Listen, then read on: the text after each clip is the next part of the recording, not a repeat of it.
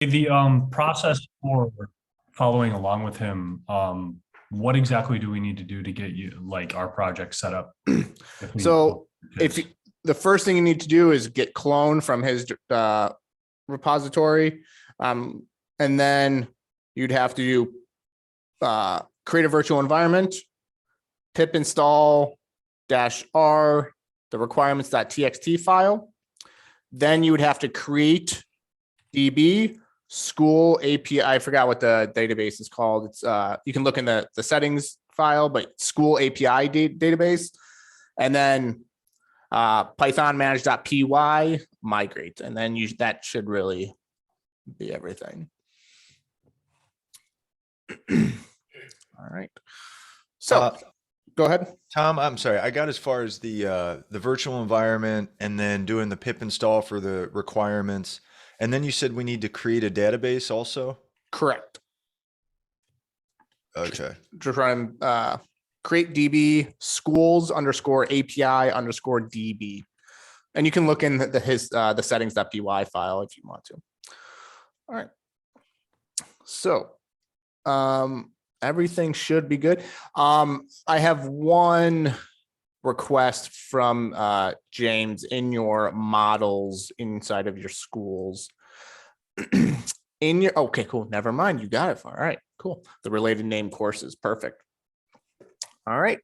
With that, let's go ahead and just get this up and running. And let's, I don't know if you have anything in your database, but yeah, let's just try to.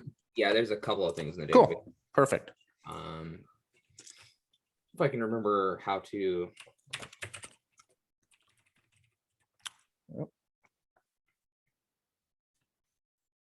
You just stay and make sure it all works. Yep. Yeah. Just make sure everything's working. So we're not working. I'm pretty sure everything should be working. All right. So we go to API. Oh yeah. Follow my own routes here. API/courses. Oh my gosh, yeah. The wrong project. There you go. Sweet. So we got courses. We have students. Oh my goodness. Sorry, you guys are watching and my brain shut off. You're good. Students. Cool. And then I think I set it up so that. Is there a trailing / I had set it up so that this should be courses. I had changed that. There we go. So cool. So we've got that working. All right. So let's go ahead and now we're going to convert this. Can we just like walk through your code? I just want to see. Let's go start with the URLs. Yep. URLs. I've got these here. The only thing I did that was kind of odd was I added the enrollments to create a connection. Basically, there is no actual through table. I just created the endpoint called enrollments so that it just creates that link. Okay. That link. All right. And we're, and we're gonna update all of this. All right, let's go to your views. I just so everyone kind of see them. All right, student list. Totally standard. I just made it so that I have the courses data on students. I don't even think I bothered reversing it.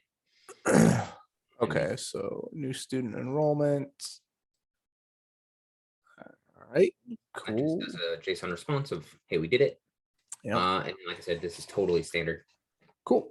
Now let's go to your serializers because that's where like the fun stuff happens. Yeah. Cool. I used Donker suggested just doing this.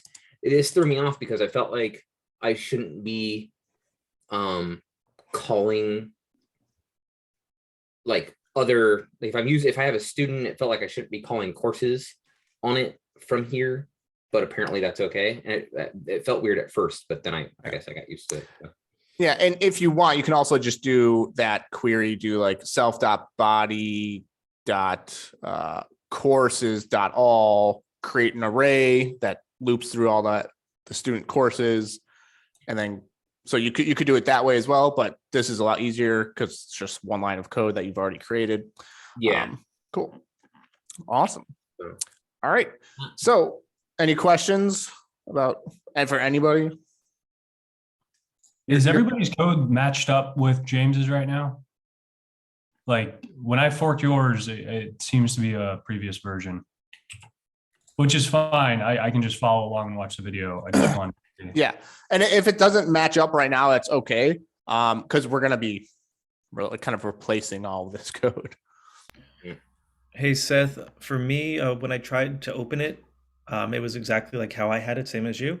But the reason why is when I went to fork it, it didn't actually fork it. It just took me back to my own. So I actually had to delete mine and then fork his over. Mm-hmm. Got it. Okay. Oh yeah, yeah. All right. So with that, let's go ahead and kill the server. And then do pip install Django REST framework, all one word. You may have already done that. I'm not quite sure if you did that while you were in your virtual. I just did that while I was waiting, and then I also put it here. Okay. All right. And you did that while you were in your virtual environment? Yes. Okay. So if you do pip list, I just want to see, I just want to make sure everything.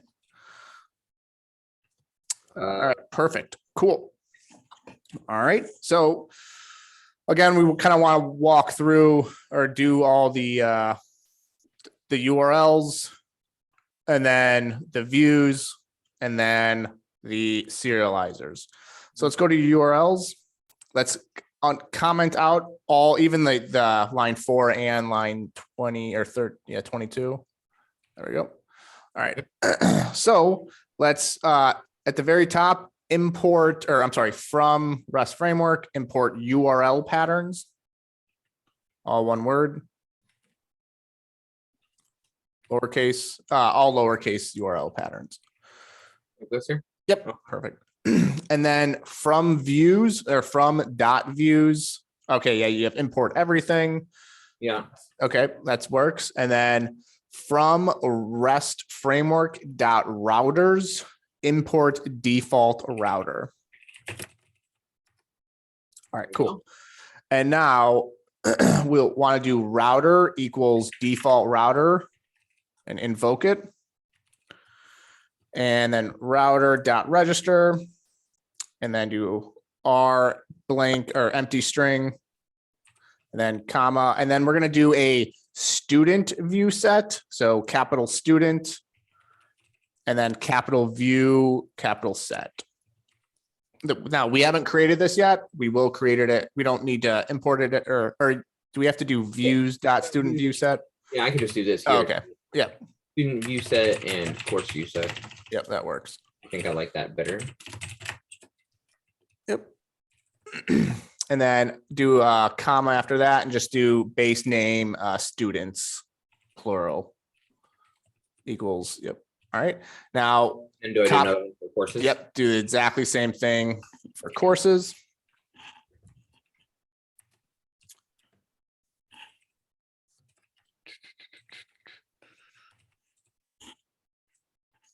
All right. All right. Now we need to, what am I doing?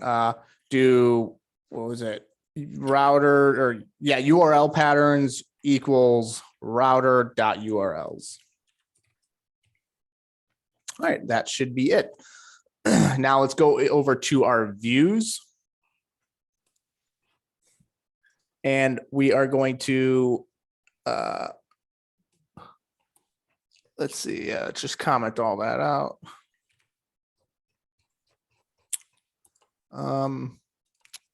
We're going to, we got the student serializer we already have. We have the course serializer. That's good. So what we're going to, the only thing we really need to import is the view sets module from REST framework. So from REST framework, import view sets, all lowercase. This. Yep. And now in here, we'll create a class. What is it? Yeah, student view set. That's going to inherit the view sets model view set. There we go. And this again takes two variables, which is a query set. All one word equals student.objects.all and a serializer underscore class which is the student serializer that you're importing on line 16. Okay, and then basically the same thing for course you said. Yep, exactly.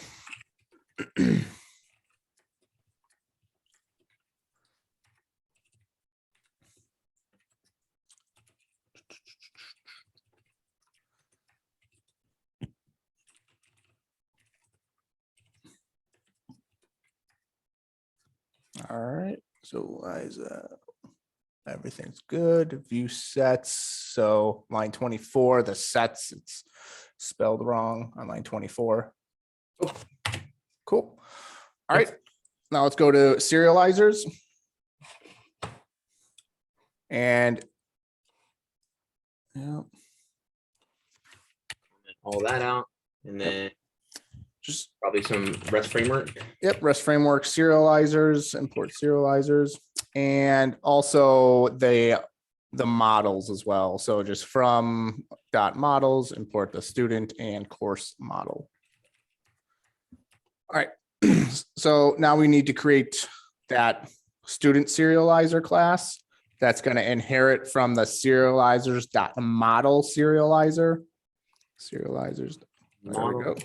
Serializer. Alright. And then this is going to have a meta class, so class meta, that has two attributes, the model, which we're serializing, as well as what fields we want to grab from that.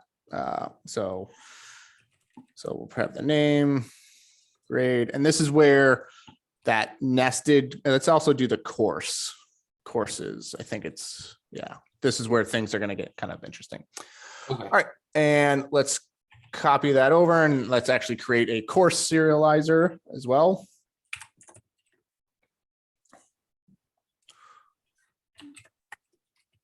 Perfect. And then That one was what I called that. I called it credits. credits. And also let's add the students. Cool. Like that there. Yep, perfect. Is that as easy as it is? You just throw that on there and they know what you're talking about? Yes. However, you're going to kind of see you might want to customize that data because that students, well, you'll see it's only providing their ID. So it's not providing any other information, which so let's run that server just to make sure everything's working right. Yeah. Is it the same run server? Yeah, everything should be, hopefully. Yeah. All right. What happens? Hold this up. All right. So students / Oh, because now this isn't called API anymore. It's called. no, it should still be. It should be, Oh, you know what? I bet. there we go. So that's the student. Okay. So maybe we might have to update. What I'll do instead of messing with that for now is just go here and just call this students. No. Well, no, because you need the course. So let's just keep it with API. And then Ankur, so in there, will we do student and then courses? Yeah, let's just see if that works. I'm not quite sure. Yeah, let's do that. I'm pretty sure that works. We'll figure it out. So if we go to / students, nope. All right. Oh, is it because I have a slash? No. I think Jordan found this out that if you remove the slash in your code, it'll work. Just here. Okay. It's already trying to do it for me. There he goes. Okay, cool. So let's go to students. So you can kind of see where it's listing all the students, James, and then the courses by its ID. Yeah. So that information can be useful, but and let's look at the courses as well. So on course 1, we'll have 4 students. So it's an array of 4. So there's math 1, student ID of 1, student ID of 2, student 3 of 4. So this is where things get like, okay, cool. It's nested, but it's not that great. So here we can actually inside of our, so let's go back to students / students. Cool. So instead of courses by their ID, let's add something else to that. Let's like kind of replace that, or let's see. And there's a couple ways we can do this. So let's go back to our serializers. And inside of the student serializer class, let's in between the meta, so between line 5 and 6, I'm gonna just let's do courses equals course serializer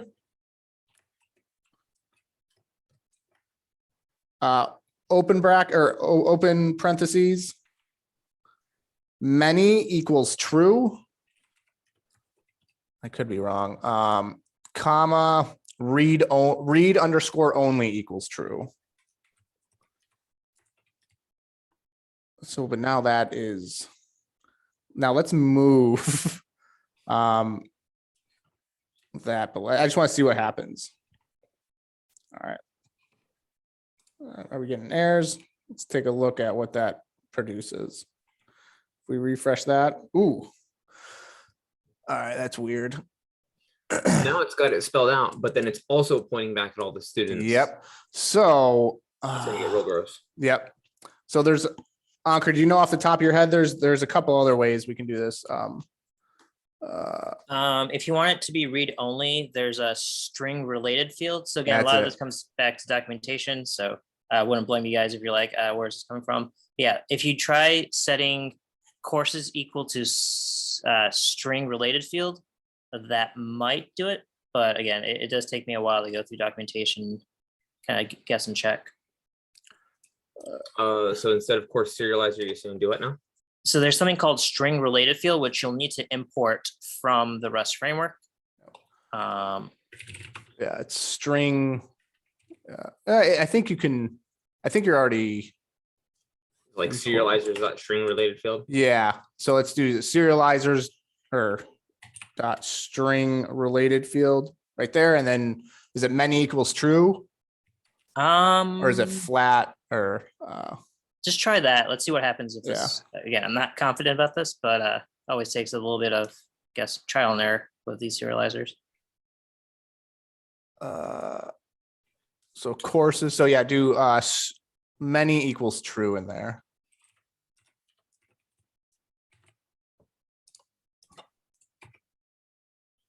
All right, so that's a yeah, so yeah. It's an improvement. Yeah. So I believe that's using your str method. So if you edit your str method, you can show the ID and maybe other items. I Well, think, but then it'd still just be a string. You wouldn't be able to get an object out of it, right? yeah, but sorry, I guess what's our ultimate goal here? Yeah, and yeah, that's another thing. What is, yeah. So Yeah. that, like, this would be probably enough to, like, all right, if you want to display the courses by their name, you wouldn't just have the ID. So if you just had the ID, then you'd have to do like another query or something like that. Let's see what else we have.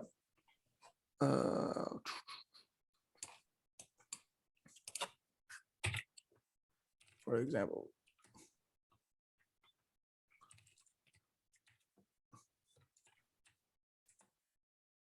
Nested relationships. Here we go.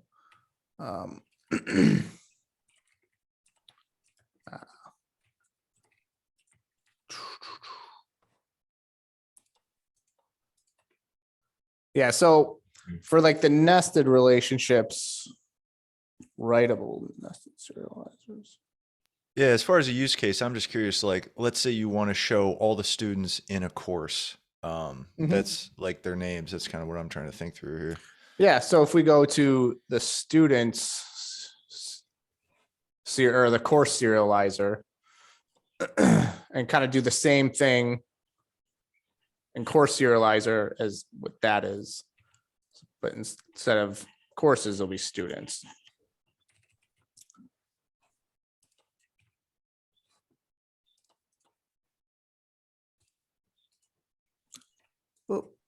Courses. So there you go. You got James. Yeah, I just need to refresh. Yeah. Yeah, so yeah, I think if I was doing it depends on, yeah, like Ankur said, your use case, because I think if I was doing something with this, I would want to be able to then provide a link to those, those people, those students. Mm-hmm. So yeah, at that point, I think you would have to, let's see, tracks, Jimmy Carter. field. Yeah, you'd have to kind of customize your serializer to add additional. Yeah, you'd have to kind of like customize your serializer. But yeah, like the many to many, because they have like nested relationship. If you're reading through the documentation, Yeah, like kind of how I showed you the initial time, but then it gives you that. It's like it keeps like it's like almost like a nested thing. yeah. Right. Yeah.